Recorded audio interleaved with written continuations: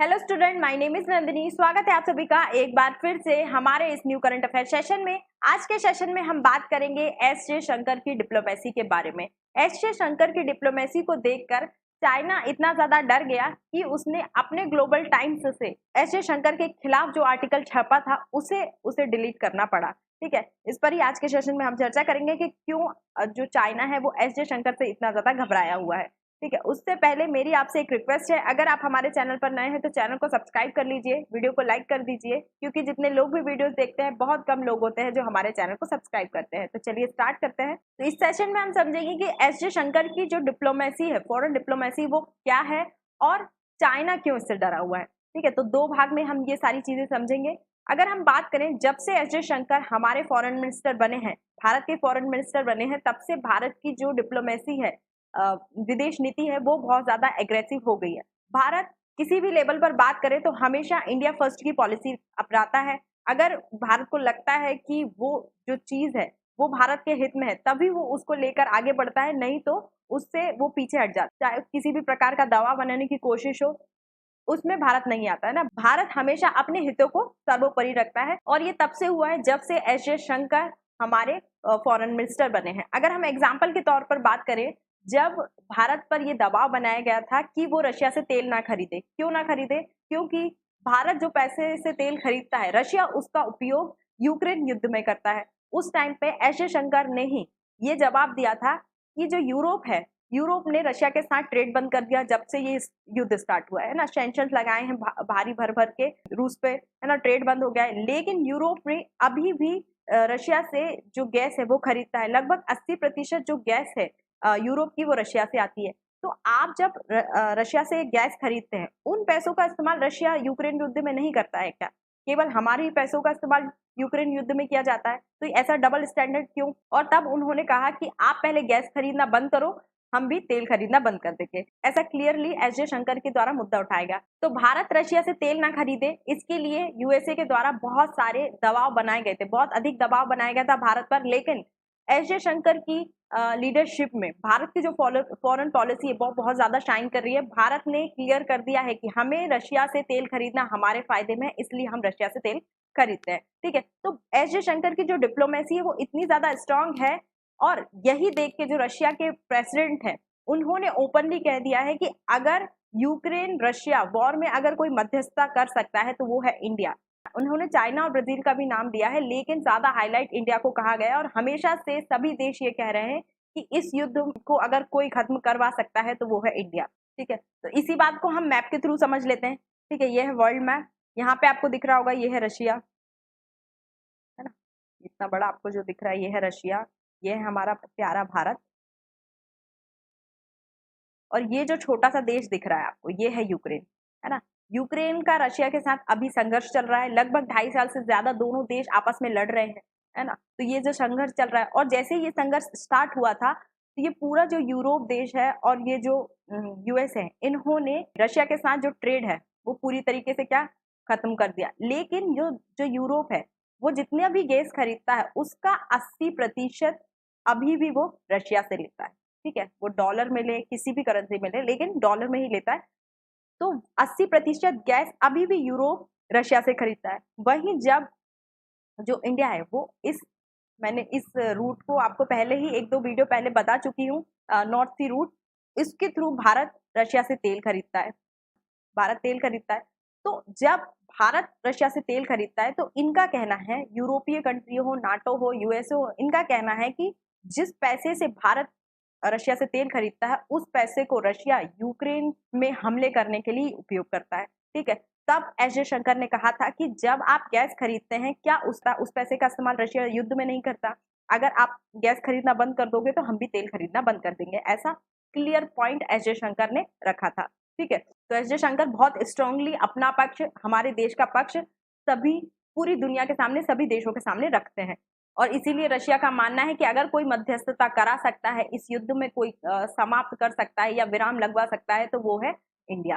ठीक है, और इंडिया बहुत बार ऑफर भी दे चुका है रशिया को, यूक्रेन को, कि आप हमारे देश में आकर एक शांति समझौता कर लीजिए। इसके साथ अगर हम इजराइल और ईरान कॉन्फ्लिक्ट की बात करें तो हमने देखा कि जब से इजराइल का हमास के साथ युद्ध चल रहा है और फिलिस्तीन में गाजा पट्टी पर जो हो रहा है, फिलिस्तीन के लोग मारे जा रहे हैं, इजराइल के लोग मारे जा रहे हैं, बहुत ज्यादा वहां पर स्थिति बहुत ज्यादा खराब है। हमास का एक चीफ मारा जाता है ईरान में। उस टाइम पे ऐसा लगता है कि ईरान और इजराइल एक दूसरे के कट्टर दुश्मन है और ये अब युद्ध करेंगे, दोनों के बीच अब जल्द ही युद्ध स्टार्ट हो जाएगा। लेकिन अगर हम रिसेंटली बात करें तो ईरान के एक थिंक टैंक की रिपोर्ट के अनुसार भारत एक ऐसा देश है जो इजराइल और ईरान के बीच क्या करा सकता है, दोस्ती करा सकता है। ऐसा क्यों कहा जा रहा है? क्योंकि अगर मान लीजिए ईरान और इजराइल के बीच किसी भी कंडीशन में कॉन्फ्लिक्ट होता है, मान लीजिए दोनों के बीच कभी युद्ध हो जाता है, तो दोनों देश एक ही देश पर भरोसा करेंगे। वो किस पर करेंगे? इंडिया पर। क्यों करेंगे?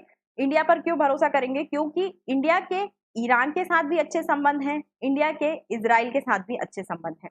अगर हम ईरान की बात करें तो ईरान के साथ भारत के बहुत पुराने संबंध है। जब हम सब जानते हैं 1947 के पहले भारत की जो सीमा है वो ईरान से लगती थी। क्यों लगती थी? क्योंकि जब बंटवारा नहीं हुआ था और पाकिस्तान भी भारत का हिस्सा हुआ करता था, तब से लेकर और आज तक भारत और ईरान के संबंध बहुत ज्यादा अच्छे हैं। चाबहार बंदरगाह पर भी 10 साल के लिए भारत का अधिकार है, भारत उसका संचालन करने का अधिकार रखता है 10 साल के लिए।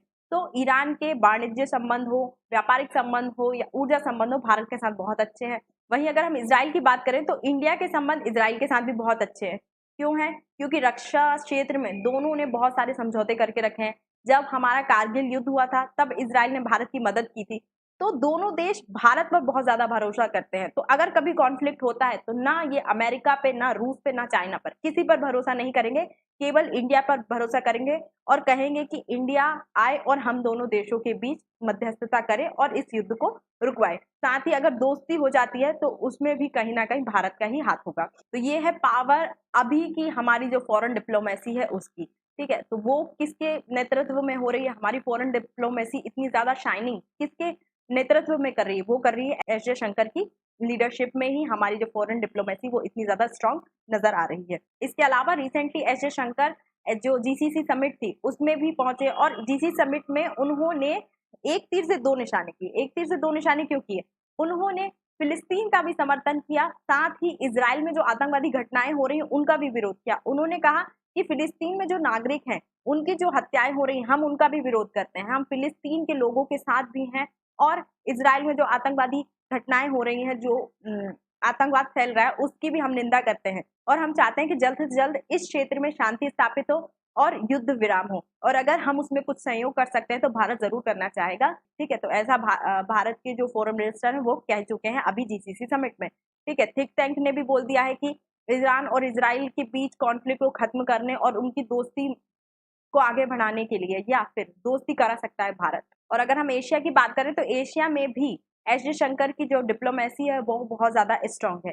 अगर हम देखें तो जो चाइना है एशिया में ब्रिटेन की तरह विस्तारवाद की नीति अपना रहा है, भले ही वो डायरेक्टली विस्तार नहीं करता। चाइना छोटे देश हो या फिर आर्थिक रूप से कमजोर देश हो उनको अपने जाल में फंसाने के लिए डायरेक्ट टैप डिप्लोमेसी का उपयोग करता है। उसने पाकिस्तान में किया। पाकिस्तान में जो सीपैक है वो भी डेट ट्रैप डिप्लोमेसी का ही एक उदाहरण है। सीपैक के थ्रू पाकिस्तान की जो इकोनॉमी है वो बहुत ज्यादा खराब हो गई है और जो ग्वादर बंदरगाह है उस पर और जो पूरा सीपैक है उस पर चाइना का अधिकार है। फिलहाल चाइना का ही कब्जा हम कह सकते हैं। यहाँ अगर हम श्रीलंका की बात करें तो श्रीलंका को भी कर्ज देकर जो हम्बनटोटा बंदरगाह 99 साल के लिए चाइना ने लिया, ये भी चाइना की डेट ट्रैप डिप्लोमेसी का ही उदाहरण है। ठीक है, धीरे धीरे मालदीव भी चाइना के जाल में फंसने वाला था, लेकिन यहाँ पर जो इंटरफेरेंस किया वो किया एस जयशंकर प्रसाद ने। एस जयशंकर ने यहाँ पर इंटरफेरेंस किया। भले ही मालदीव ने चाइना से कर्ज ले लिया, वो कर्ज जाल में फंस गया, लेकिन उसने अभी तक चाइना को अपना कोई भी द्वीप या फिर अपनी कोई भी स्ट्रेटेजिक लोकेशन नहीं दी है चाइना को। तो ये क्यों हुआ है? क्योंकि यहाँ पर इंटरफेरेंस किया है एस जयशंकर ने और इस वजह से ही भारत ने मालदीव के 128 द्वीपों पर मालदीव के साथ समझौता किया है ताकि भारत इन मालदीव को पीने का पानी वहां पर फिल्टर कर कर देगा। ठीक है, तो ये कैसे हुआ? मालदीव कैसे बच गया? एस जयशंकर प्रसाद की वजह से। तो यही सारे कारण हैं कि चाइना एस जयशंकर प्रसाद की डिप्लोमेसी को देखकर डरा हुआ है और उसने अपने ही न्यूज़पेपर से इनके खिलाफ जो आर्टिकल था उसको हटवा दिया है। और वो चाइना जो किसी के आगे नहीं झुकता था, अपने देश में वो कोई भी काम करता है तो वो बिल्कुल निडर होकर करता है, लेकिन उसे एस जयशंकर प्रसाद की डिप्लोमेसी के आगे आखिरकार झुकना ही पड़ा। तो आज के सेशन में इतना ही। आई होप आपको ये वीडियो अच्छी लगी होगी। अगर वीडियो अच्छी लगी है तो चैनल को सब्सक्राइब कर लीजिए, वीडियो को लाइक कर दीजिए और अधिक जानकारी के लिए आप हमारे टेलीग्राम ग्रुप या व्हाट्सएप ग्रुप से जुड़ सकते हैं। Thank you.